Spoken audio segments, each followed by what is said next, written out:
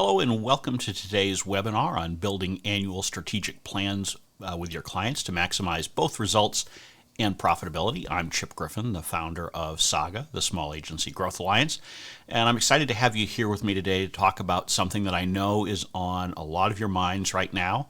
This is the third in a series of annual planning webinars that I've been doing as people head into the final quarter of the year and are thinking about how to set plans for themselves as well as for their clients, and also how to involve your team. So if you're interested in planning for your agency or how to involve your teams in the planning process overall, I would encourage you to check out those webinar replays, which is a great segue into talking about the housekeeping items that we have before we dive into the topics at hand today. First of all of the webinar replays, including this one, will be available for free to Saga Pro members. It's free to join. Just go to the Saga website and fill out the application. If you are here attending live, I'll be taking questions after the main presentation, so feel free to use the Q&A function that is located at the bottom of your screen, at least in most cases, unless Zoom has changed something. And so you can submit those questions throughout the course of today's webinar, and I will take those during the Q&A interactivity at the end.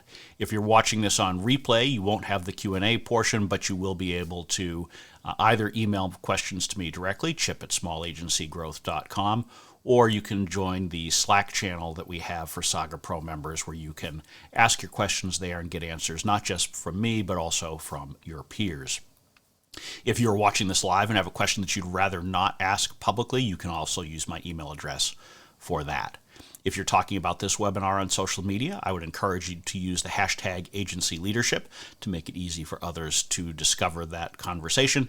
And finally, any of the resources that I may mention today, including those webinar replays or other things, you can find at smalagencygrowth.com, along with a wealth of other resources and a great search engine that you can use to find answers to many of the common questions or topics or concerns that you may have as an agency leader. So let's talk about what we're going to be covering here over the next 30 to 40 minutes. First of all, we'll talk about why annual planning actually makes a difference. It's not just an exercise to go through because it's a checkbox. There are actual real benefits both for you and for your clients. We'll talk about what you should be doing before you even enter the conversation with your client about annual planning. We'll talk about how to learn from the past 12 months and how to use that in your planning process. We'll explore the importance of creating goals for yourself and your agency as part of this process and not focusing exclusively on client results. We'll talk about, after you've done all of this, now you start involving the client and how you go about doing that, how you finalize the plan, and then from there, how you report on progress and make adjustments as needed over the course of the next year or so. So that's what we'll be covering, and we're going to jump right in, without further ado, as it were, to talk about why it makes a difference to do annual planning and not just continue going and doing the same thing month over month. And I would say that the first thing that comes to mind and that most people talk about when it comes to annual planning is it's to improve results for your clients, right? You want to put together a plan so that you are helping to meet the expectations that clients have and to try to fulfill their goals. But that's just one of the things that you should be thinking about when you are working on an annual plan for your clients. It should also be something where you're using it to adapt to changes in the overall environment. That may be changes to the platforms that you're using to communicate with. It may be the tools that you're using. It may be the broader economy or things that are going on in the sector in which that client operates. All of these things come together and force you to think about how you might go about doing things differently. And I know that one of the things that I often hear from agency owners is that they're a little bit reluctant to go in to these kinds of conversations because they're afraid of rocking the boat or revealing things that, maybe you have to talk about things that aren't working quite as well as part of this planning process, and they're concerned about showing that off to a client. But I will tell you that trying to sweep them under the rug is not the solution, and it's better to deal with things head on. But there are other reasons to be doing this annual planning process, and probably I would say at the top of my list for things that you should be thinking about is how can you use the annual planning process to control scope creep and to address operational challenges. What do I mean by that?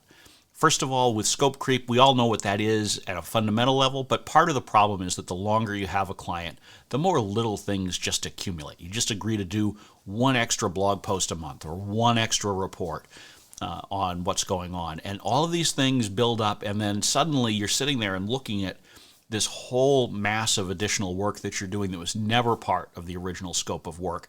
And it's really not only eating into your profit margin, but it's also putting an additional burden on your team. And so you want to try to address that as quickly as possible. And an annual planning process is a great way to do it, because instead of going to a client and saying, we need to stop doing this or we need to charge you more for it, you're able to put together a brand new plan that creates potentially a whole new scope of work. And part of that may be adding some things, and part of it may be subtracting some things. And that's a great way to make sure that you're producing the results that the client is looking for, and also making sure that you are able to maintain the profit margins that you need to have in order to have a healthy and growing firm. Of course, you can also use it to address operational challenges. And what do I mean by operational challenges? That's different from scope creep. These are things where perhaps your plan originally said that you were going to put together case studies or white papers, but you found it so difficult to get the necessary input from the client or the introductions to their own clients in order to be able to put together, say, case studies, or the time that you need from their experts in order to create white papers, or the approval process. All of these things can come together in such a way that you have an operational challenge where you're not able to produce as much for the client, but it's not because you're not doing what you need to do, it's because you can't get the external help that you need to get the ball across the goal line. And in those cases, you can use the annual planning process to perhaps redirect that scope of work into something else where it doesn't require so many layers. And so you want to think about how the whole functioning of the project goes about in order to be able to pull together a plan that works for both parties. The next reason that we do this annual planning process is because it allows us to flex our strategic muscle for clients. And every agency I know talks about the importance of strategy, and we want to be strategy first, and all of these things. But the reality is that when we get bogged down in the day-to-day with clients, we tend to become very tactical, and we tend to be responsive to whatever their day-to-day challenges are, but we don't take a look at that bigger picture. A well-defined annual planning process will help us to step back and take that broader look. And with that broader look, we can help to demonstrate to the client that we are strategic thinkers, that we are innovative, and that we're offering suggestions.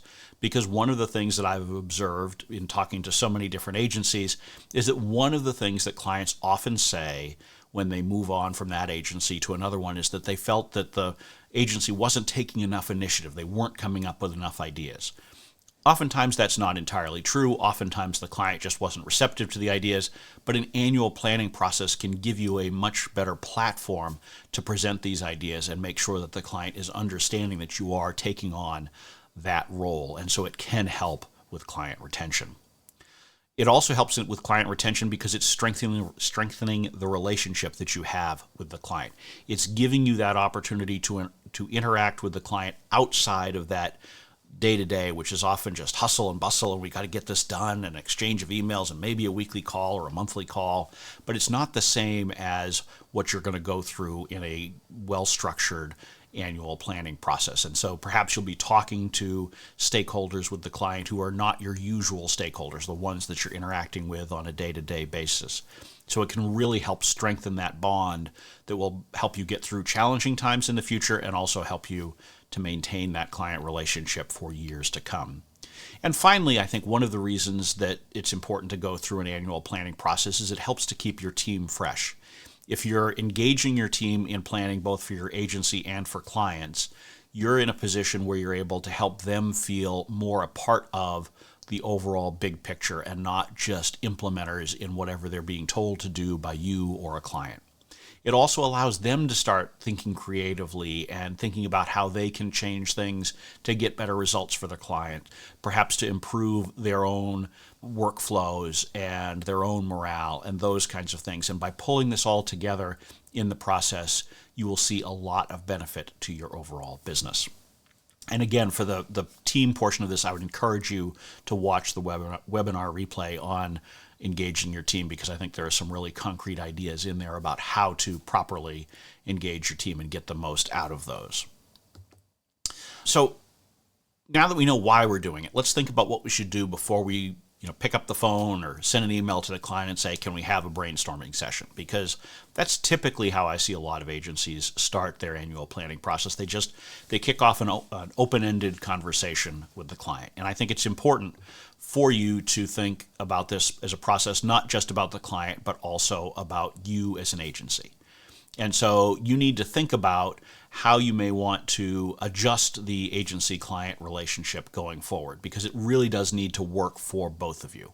If you are in a position where you feel like you need to do whatever the client asks in order to maintain the revenue, that's not a recipe for success. You really need to have something where there's some give and take, and you're reaching a consensus on the best way to move forward.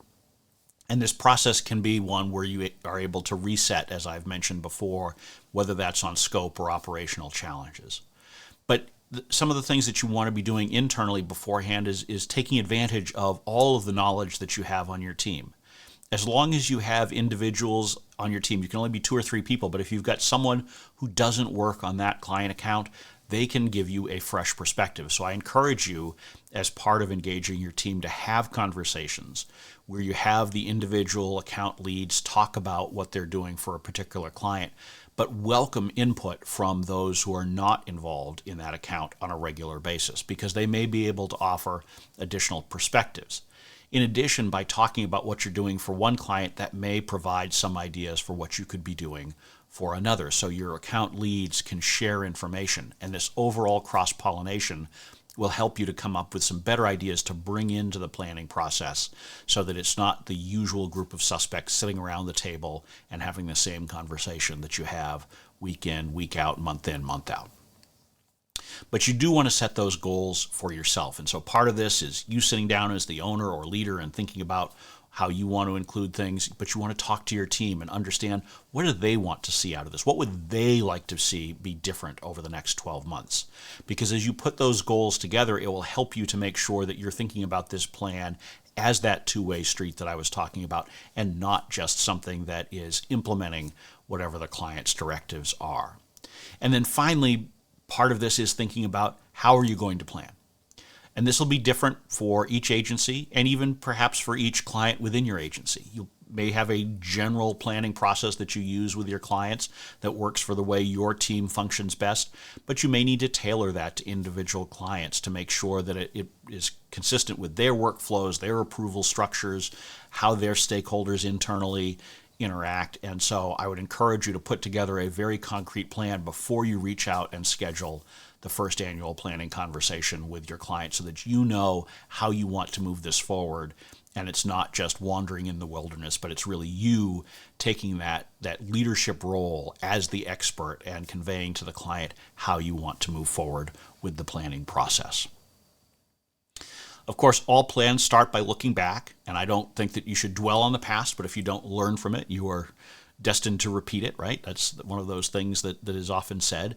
And so one of the ways I see this exhibited oftentimes when I'm talking to an agency who's telling me what they're doing for a client and how it's frustrating is they will tell me it's the way we've always done it. And that's one of the things that I always hated hearing when I was a boss. It's something I hate hearing now as a consultant, because I think any time that you're doing something because it's the way you've always done it, you're almost guaranteed to have failure. That failure may come next week, next month, next year, but it will come, because at some point the process is going to break down.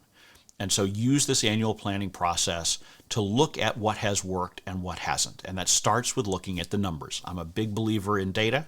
I think you should make data-informed decisions. I'm not a fan of the phrase data-driven, because I think that you need to process that information in addition to all of the other inputs that you have and your own experience and instincts. But you need to have those numbers. You need to understand the numbers that are related to client results. In other words, what are you producing for that client? If you're a PR agency, that may be in share of voice, or it may be in terms of message penetration, or it may be in terms of name recognition for the client, or whatever it is. You need to have your metrics that you're using. But you also need to have metrics for yourself and your agency for the work that you're doing. And typically this comes down to understanding the costs and the profitability of all of the work that you're doing. I preach the importance of having individual client or project budgets so that you understand what you're estimating it will take to complete the work, whether it's a one-time project or an ongoing retainer basis. And then you need to check yourself up on that, because that will help you to create better estimates for both current and future clients when you're scoping out new work and pricing new work. But it will also help you to understand what kind of clients you should be getting and what kind of changes you might want to make to the scope of work as part of this annual planning process, so that you can realign your costs with what you need to be successful as an agency. Because if you're not profitable, you're not going to be able to produce great results for your client. So it's actually in their interest that you are maintaining a solid profitability. You need to be looking back and comparing the expectations that you set either at the start of the relationship or in your last annual planning process. What did everybody think they were going to accomplish over the next 12 months, and how did you stack up against that? And you need to figure out what worked and what didn't, because those are things that you can learn from. You should be doing more of what worked, and you should be making changes to what didn't, or stop doing it altogether. And so these are all things that you want to incorporate as part of your internal learning process, again, even before you've sat down for that first conversation with your client. And I've talked a little bit about the importance of your own goals throughout all of this, but I do think that it's really important that now that you've gathered all this information about past performance, both for your clients and for your agency, you need to be thinking about what your own goals are for this process and be really concrete and clear about what those are. And so you need to set your own expectations, just as you're setting expectations with your client for what the work is that you will be doing as an agency for them in the year ahead. You need to be clear about what your own expectations are. Is your goal to expand the work that you're doing with the client? Is it simply to retain the business? Is it to adjust the scope of work so that it becomes more in line with what you're actually being paid by the client? Is it to expand it so that you're getting paid more? There's a lot of things that you can think about in terms of your expectations for this relationship as it moves forward. And you need to ask your team what they're looking for in this. What would they like to see done differently over the next 12 months? Because we all know how difficult it is to attract talent. We know it's difficult to retain talent. One of the ways that you can have the best team possible is by making sure that they feel listened to, that they feel heard, that they are able to sit there and offer up their own ideas so that you can incorporate this into your goal setting and into your planning process. That not only helps in how they feel about it, but they're oftentimes going to bring ideas that you may not have thought of. So there's sometimes, for some agency owners, an instinct to keep the strategic piece to themselves. And so sometimes I will even see agency owners running the planning process with clients and not have the full account team involved in any way. And I think that's a mistake. You want to make sure that they are feeling fully integrated and offering up their insights, because they're the ones who will need to execute. And so they need to be able to tell you, if we do this, it's going to take this amount of time, and this is the likelihood of success. Because if you don't know the amount of time, you don't know the cost, so you don't know whether it's wise and prudent from your standpoint as an agency owner. And if you don't know the likelihood of success, then you may be setting yourself up for failure with the client, or worse, setting the client themselves up for failure and to look bad with whatever tactic you're moving forward with. So make sure that you're bringing them into this process and taking advantage of that when you're setting your goals. And I would suggest that you should very carefully itemize all of the different items that you want to address as part of these conversations. That means scope creep. It means those operational challenges that we talked about. It means just little, nagging things perhaps that you may have team members who want to address, or that you want to address. It may be the timeliness of feedback and approvals. Maybe you can find a different process as part of this planning in order to make that go more smoothly in the future. And it's not a big change, it's just a small one, but the annual planning process can be an excellent opportunity to highlight some of these smaller things that you might not call a separate meeting about or send a separate email about, but as part of an overall conversation and planning session you can absolutely address. But you should also be thinking about some of the new initiatives that you might like to move forward with the client. That might be some new skill set that you've developed because you've got perhaps some new talent that has joined in the last 12 months. Perhaps there's a new platform out there or an existing platform that has expanded in such a way that you think it's now relevant and you would like to pursue that with the client in order to show off perhaps that additional expertise or that knowledge that you have. And so think about those new initiatives that you'd like to move forward with. It might just be that you've got an additional kind of program or something like that. It doesn't even need to be a brand new skill or platform or something like that. It can simply be a new initiative within your existing capabilities, but that would help the client to achieve their overall goals.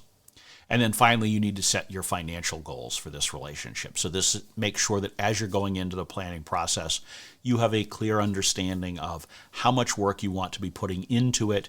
And so when you, as part of the planning process, identify things that will take you above that time budget that you have, that you need to figure out how to remove things from it as part of the planning process, or have the conversation with the client about the need to expand the relationship in order to accommodate that additional work. And by having those clear benchmarks, guidelines, whatever you want to call them, it will put you in a better position to have those meaningful conversations as part of the planning process and not go into it and agree to things and then only later figure out that it's well outside the scope of the current agreement, and you're going to have to go back at a much later stage in the process to tell the client that it's not going to fit. Or worse, you just eat that additional time and it costs you your profits as an agency.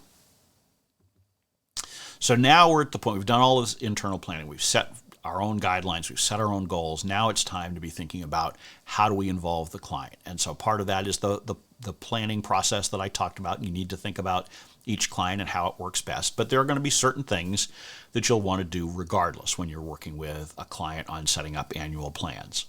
And so that means that you have to have a plan that is matching all of the goals that you've set in the last couple of steps. So your plan should identify what you're trying to accomplish. Are you trying to expand it? Are you trying to right size it? Are you trying to fix certain things? Make sure that your planning process has the time, whether that's an agenda for an individual meeting or separate meetings, to address those individual concerns to make sure that you're able to get what you need out of it. But now you need to think about, on a broader level, who do you want to involve from the client? And it might be that you start out with a general brainstorming meeting. That's how a lot of annual planning processes start. That may or may not be the best, depending on how you work with the client and how the client works internally. But the starting point is to understand who are those key stakeholders from the client. Those may be the people that you were involved with before you got working on the project, but there are probably ones who have developed as you've gone along in time, either because they're new joiners with the client, or perhaps they were people who just weren't involved in the initial business development conversations. But hopefully at this point, you've done a good job of being able to identify who those key stakeholders are. They may not be involved in every meeting of the planning process, but you will want to try to find ways to engage with them in some fashion. In some cases, these may be people who are not involved in the day-to-day of the work that you're doing as a PR or marketing agency, but they might have either strong influence or they might have concerns that need to be addressed. So some of the things that you want to think about are there people from, and I hate to say it, but procurement or finance that need to be involved at some point in this process, so you are at least aware of what issues they're going to raise, because those are things that you can try to address in a meaningful way with your day-to-day contacts, so that, frankly, your life is easier as an agency, but your client contacts have an easier time too, because they either have the information that they need as part of the planning process to justify the direction or expense that's involved, or that they can otherwise allay the concerns, fears, or questions that the finance or procurement or other teams may have. And I'm singling them out, but it could be other executives. It could be, if you're working with a marketing team, it could be the concerns of the sales team. You want to make sure as part of this process that you're identifying all of the people on the client side, at least in key influential positions, who will have some say or some concern about what the end result of this work is. And that's how you make a better set of plans in order to produce the results that the client needs, but also, again, to make sure that your client contacts are being seen as successful within their organization. Because part of your job as an agency is not just to produce the results that the brand is looking for, because ultimately we're not hired by logos. We don't work for logos. We work for individual people. And if you can make your day-to-day client contact look good by putting together a plan that helps them achieve the results that their colleagues are looking for internally, whether that's a boss or someone in a parallel department, those are all the kinds of things that you need to be thinking about as part of the planning process, because success is not simply based on the number of clips that you produce or even the number of sales that you produce. It's in all of the things that go into building that and helping to strengthen the relationship between your agency and the client. You need to think about a format for this planning process too, and I would encourage you to think about not doing it in the course of regular weekly or monthly meetings that you might be having. It can be very tempting to do that. It's easier to schedule and those kinds of things, but I would encourage you, instead of saying, well, let's take our monthly call to focus on annual planning in October, say, I would encourage you to have a separate conversation. Break the routine. If you can do it so that you're doing it in a different format, if you're able to do this in person, for example, with the client, that's ideal. A lot of times these days it is not possible to have these kinds of planning sessions in person, either because we're not geographically located and it's not cost effective to bring the right people into the right place at the right time in order to have an in-person conversation. But try to think about how you can create some kind of a different environment for this planning than your regular routine calls, because that's how you are able to get the most from both sides in the conversation, because you're not feeling like, well, this is just same old, same old. You want people on the client side to be thinking about this as a different process, that it really is a strategic process and something where you are working to make sure that you're getting what the client needs over the year ahead. And part of this is really understanding from the client, what are their particular concerns? What's on their mind? How can you take advantage of, and I don't mean take advantage in a bad way, but how can you take advantage of the what they're thinking about, what's keeping them awake at night, to use an overused expression. Those are the kinds of things that if you involve that in your ultimate plan for the client, you will see much greater success and you will be getting the results that they really need in their organization. You need to put together a timeline for all of this. Part of that timeline is thinking about how much time it's going to take to get the feedbacks and approvals that are necessary from that client. We talked about operational challenges before with some of the day-to-day work. That can be magnified with a planning process. So if you have a client that you know takes forever to approve things, you probably want to leave more time for the annual planning process. And that means you don't go to them on December 1st and say, let's put together an annual plan, particularly if they are slow approvers. But in general, I would start it before that. You really want to be starting to have these conversations in the first part of Q4 in most cases, in order to make sure that you have something that is fully buttoned up by the end of the year. You don't want to be carrying this over into the new year if at all possible, although I frequently see that with agencies and clients where they're still working on an annual plan in Q1. And that's not really productive. You really want to make sure that you have this in a nice consolidated process, and part of that is by laying out that process to the client, because you've had those internal conversations to have a plan to build the plan. And so your expertise is shining through. And in most cases, clients are pretty good about listening to you as the expert, as long as you are presenting that plan confidently and explaining it, and it is indeed tailored to the way that client organization operates, because you've spent enough time working with them that you know how they operate. The last thing I would say about engaging with your client on annual planning is make sure you're listening. And I talk about this all the time when it comes to business development and how agencies need to shut up and listen more when they're talking with prospects. The same is true with clients. Take advantage of the time that you're spending with your clients to, yes, absolutely, share your good ideas. You're now in a much better place than you were during business development, where I tell you to be quiet because you don't know enough and you need to learn more in order to be able to start talking. Here you know enough to be able to start talking, presumably, because you've been working with this client on an ongoing basis for a year, 2, 3, maybe more. And so you are in a stronger position. But at the same time, if you're listening, you will detect what's changed in the business. What has changed with the individuals that you're working with? What are their current concerns? What are their fears? Those are the kinds of things that you can try to incorporate in your plan if you are willing to take the time to actually listen. So if a client starts telling you, well, we're a little bit concerned about market share in South America, don't jump right in with an immediate suggestion and a plan. Tease that out. Ask them why. Ask them more about it. And the more that you can ask questions and the more that you can listen and absorb, the better a position you are in to not only come up with the right plan, but also to sell that plan. Because we need to remember that an annual planning process with a client is not just a one and done. You say, okay, you tell me everything. Okay, here's a plan. We're done. They're likely going to have feedback on it. If they don't have feedback on it, chances are they're not paying enough attention to it. And so that's a red flag that you need to be aware of. You want them engaged in this process. You want their buy-in. You want a shared set of expectations coming out of this. So that draws us right into finalizing the plan. We have all these meetings and conversations. That could be 2 or 3 meetings. It could be 7 or 8 or 9, depending on the size of the engagement, the type of client it is, and all that kind of stuff. So there's a lot of factors that go into how much work the planning process takes, but ultimately you're going to need to end up with an actual document at the end of it. And this doesn't need to be a fancy detailed document, because the process that you've gone through up until this point is really the most important thing. It's what I often say about a business plan. Do I think that agencies need a business plan? Not really. Most times when I've seen any business, whether it's an agency or otherwise, put together a business plan, it gets written and sits on a shelf and never accessed again, or these days just sits on a hard drive somewhere or in the cloud, never to be accessed again.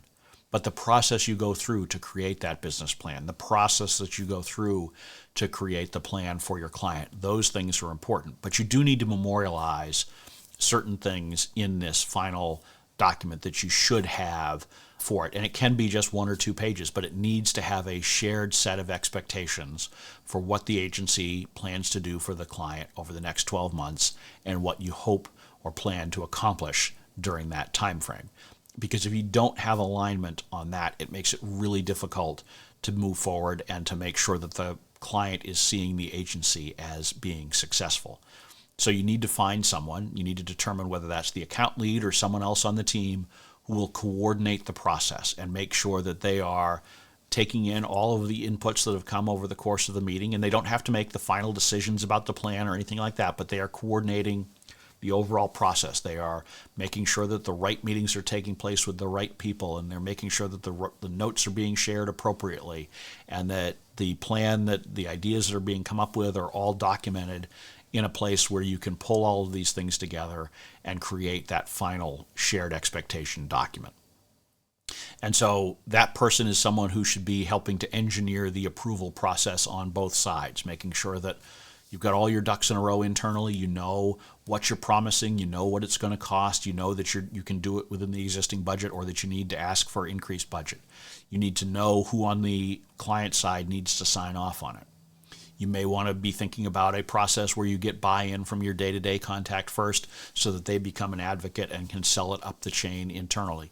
That's particularly true if you're asking for any kind of a budget increase, right? You want to make sure that you're not simply pushing this from the outside, but that you have internal champions who believe that it's a good idea and can convince the appropriate folks at your client that they should move forward with whatever initiative that you're proposing as part of this planning process.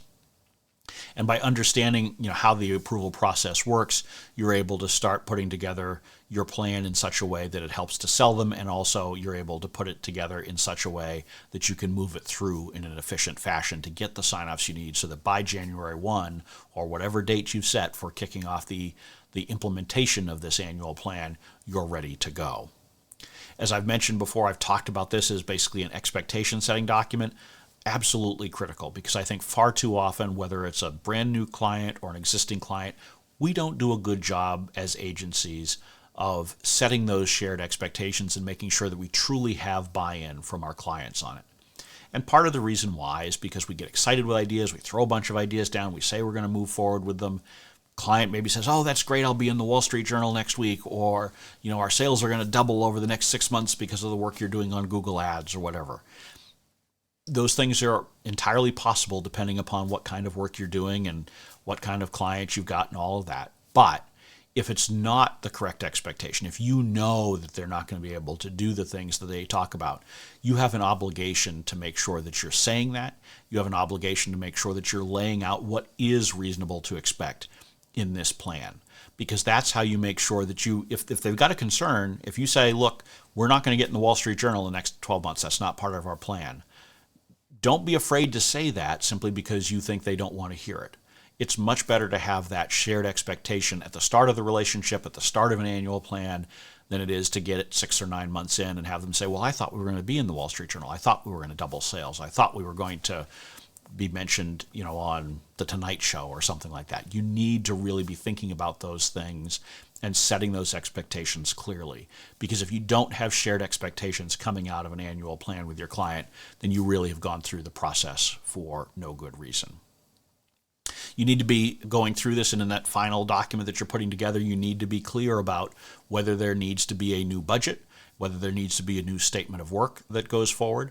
I would certainly avoid going through a full annual contract renewal process. So I'm a big fan, and you can find more resources on the Saga website about this, of a structure of agreements with clients where you have a master services agreement that covers all of the legal terms, the confidentiality provisions, the termination provisions, all that kind of stuff is in a master services agreement that you sign once and you're done with it. But then you have statements of work that you can renew on whatever basis is appropriate for the work that you're doing, whether that's because you're putting on additional projects, sort of as Christmas tree ornament style, or if you've got an ongoing retainer relationship that maybe you update each year with the annual planning process.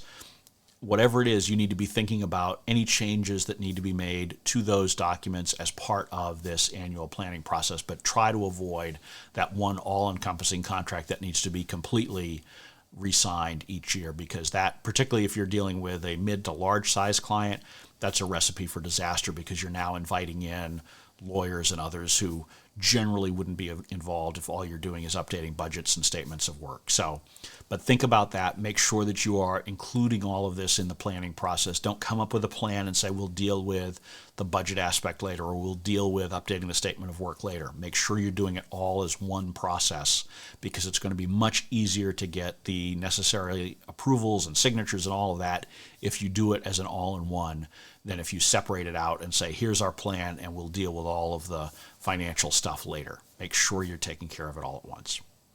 And again, as I mentioned before, I think it's really important to try to lock this in before the new year, unless you've got a different process with the client. Maybe they've got maybe they have a different annual cycle that they work on, perhaps because they're an organization that has a different budgetary year, so they prefer to look at these things on their own budgetary year, or perhaps because they have a large industry event that tends to create different markers on the calendar for them. So, let's say that you've got an organization that relies on the Consumer Electronics Show that takes place in early January every year. They may want to go through a process where the annual plan starts at a different point in time, so they're not trying to work on the annual plan at the same time as they're preparing for CES. So make sure that you're tailoring this in such a way that the plan that you put together to build the plan accounts for these kinds of things, but have that deadline, whether it's January 1 or something like that, or something different, so that you know what you're working towards, and you know that you're going to have a plan in place, and that you're not going to be simply operating on, that's how we've always done it, on a going forward basis, because this planning process is so vitally important for both you and for your client. Now we've got the plan, we've moved forward, we've got it in place. It's time to start thinking about what do we do with that over the next 12 months, because this document shouldn't just gather dust on the shelf. It should be guiding the work that we're doing, and so part of that is reporting on it. And so we want to make sure that on a regular basis we are conveying to our clients how we're doing against that plan. Some of that means that we may want to update some of the regular reporting that we're doing, whether that's weekly or monthly reporting, so that it is consistent with the expectations that we've set in that document, that we're reporting on the things. If we say we're going to increase the number of mentions, or if we are going to increase the number of videos or whatever, make sure that we're reporting on all of the things that we've set in our expectations document, because that's a good way to make sure that we're keeping ourselves accountable, but we're also conveying to the clients how we're measuring up. But on a more infrequent basis, so probably quarterly, I would encourage you to put together a more direct and clear update of the plan. And this plan should be really clear both for your internal team first, and then conveyed to the client on what's working and what's not. And you need to be thinking about this in terms of how do we make the adjustments that are necessary. And we'll talk about that in the final segment here that we have in just a moment. And it's a good time to remind you that if you are watching live, feel free to use the Q&A function to submit your questions now, because we're almost to the Q&A section, and I'll be able to take your questions then. As you put together these updates, as you're doing these quarterly thinking exercises, they don't need to be nearly as detailed as the annual one, but you still should be taking advantage of them both internally and with the client to update what needs updating and identifying those things in your reports so that everybody is on the same page. And so you need to be thinking about how you measure those things that really matter and not just those things that feel good. And as someone who owned a business that was in the media intelligence space where we helped clients to understand media coverage, it is really so important to get beyond some of the things that oftentimes agencies report that just look good on paper but don't really move the needle in terms of addressing the expectations that you've set in your plan. So include in your reports those metrics that actually do help you to understand what's working, because it's better to understand something's not working by using real metrics than it is to obfuscate by putting in ones that make people feel good. And so I often use the example of when I was running an internet company back in the 90s. I took over for a CEO who was my predecessor, and he liked to talk about, as many companies did back in those days, about hits.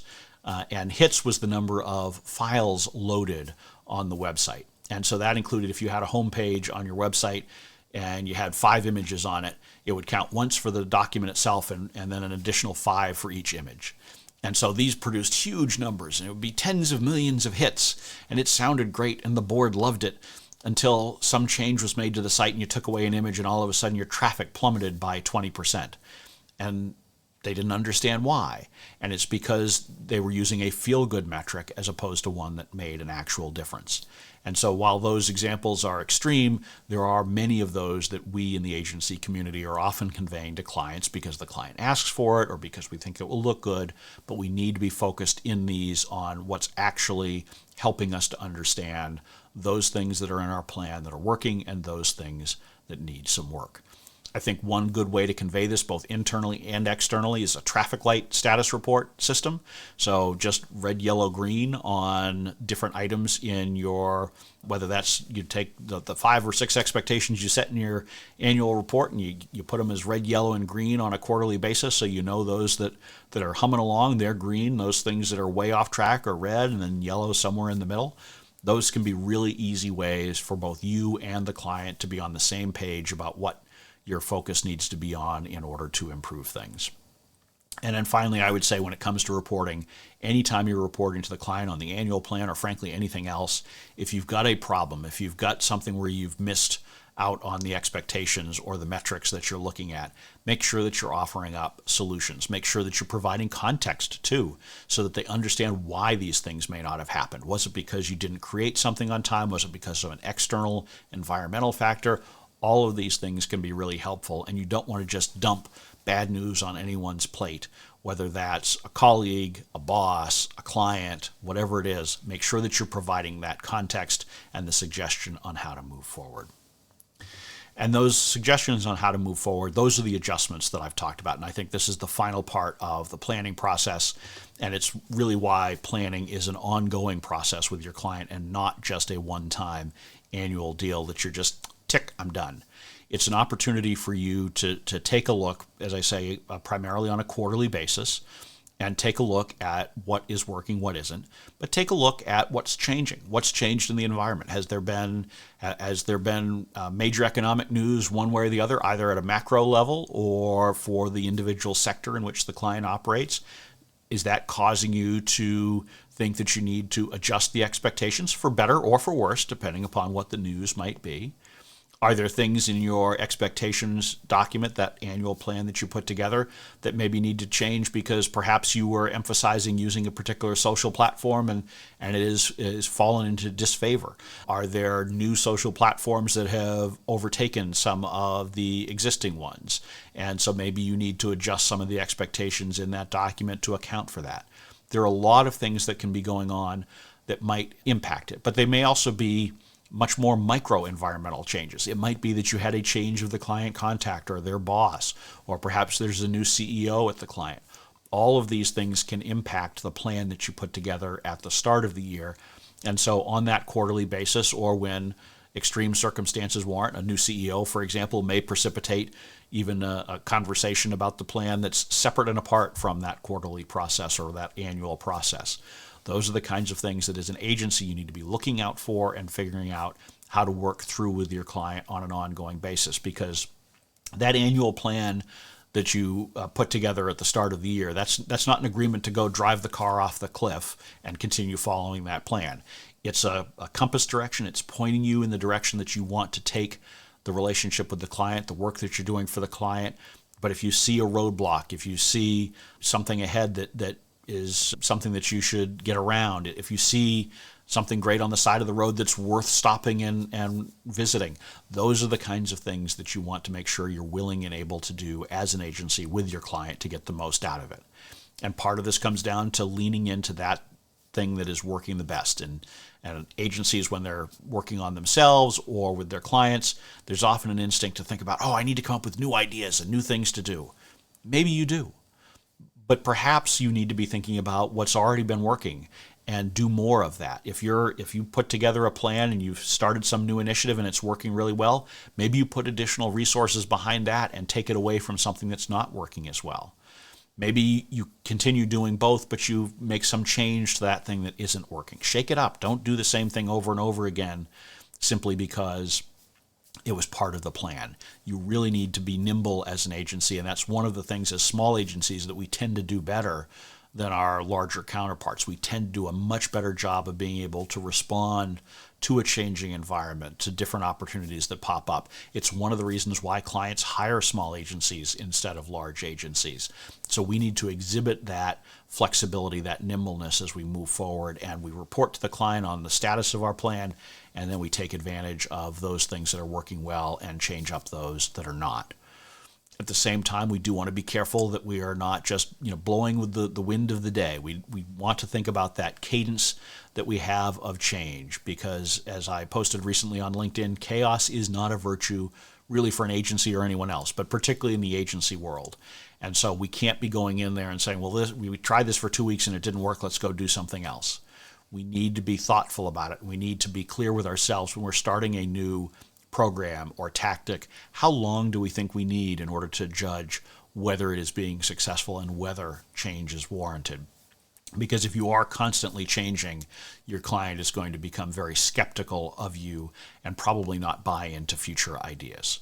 So think about all of these things. Make sure that you are putting together that plan, that you are thinking about the process that you're going through with the client, that you're making sure that the process of annual planning is servicing both you and your client, that it's getting both of you the results that you need. Make sure that you're involving your internal team and that you're getting all of your internal ducks in a row and your goals all set up before you have the conversations with the client. Once you start talking with the client, make sure that you have key stakeholders involved. Make sure that you're getting the buy-in and those shared expectations that I talked about earlier. Make sure that you've got a process for reporting on the progress that you're making, and make sure that you are in a position to make the adjustments that are needed over time. And hopefully if you do all of those things, you will have a very successful annual planning process that becomes an ongoing relationship builder with the client, gets better results for them, better profitability for you, and stickier relationships that mean you have clients that stick with you for a long time.